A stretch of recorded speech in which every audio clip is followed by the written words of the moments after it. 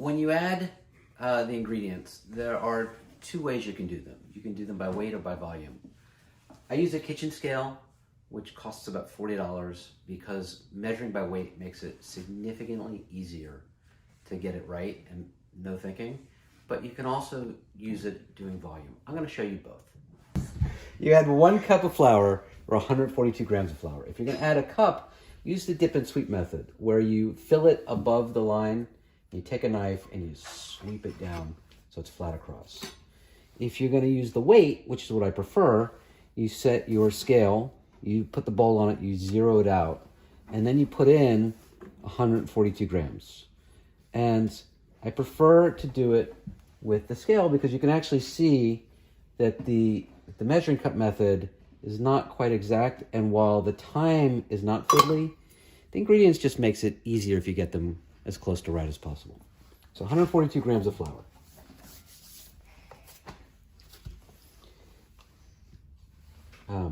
Two-thirds of a cup of water, room temperature.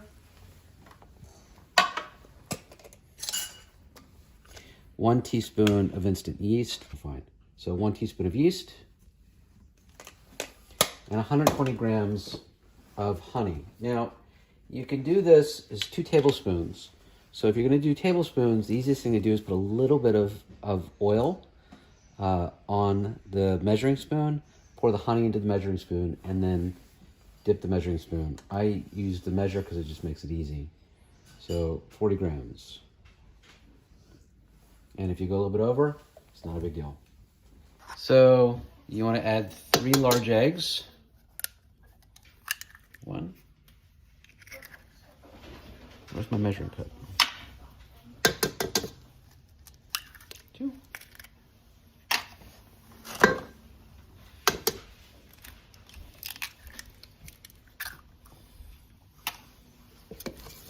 You then want to take a wire whisk and mix up the dough, the sponge, and you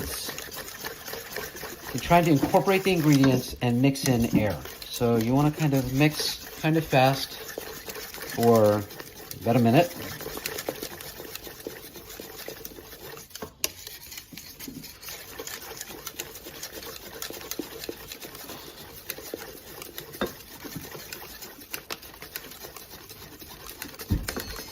Great, and then you stop. So to make the blanket, you just add flour, salt, and yeast. So I'm going to add 662 grams of flour, or 4 2/3 cups. So I've got my mixing bowl that I've got zeroed out. I'm going to add 662 grams.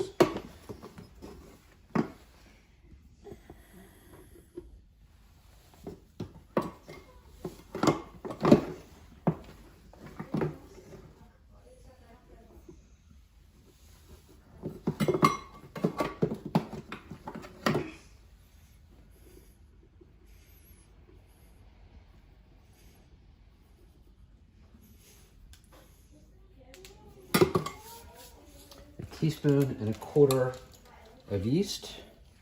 So the teaspoon and 1/4. And then a tablespoon of salt.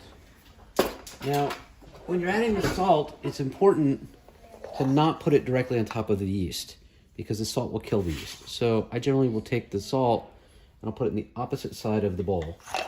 And then I take a wire whisk and I just mix it.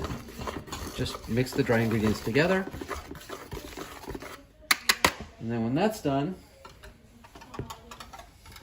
I take my mixing bowl again.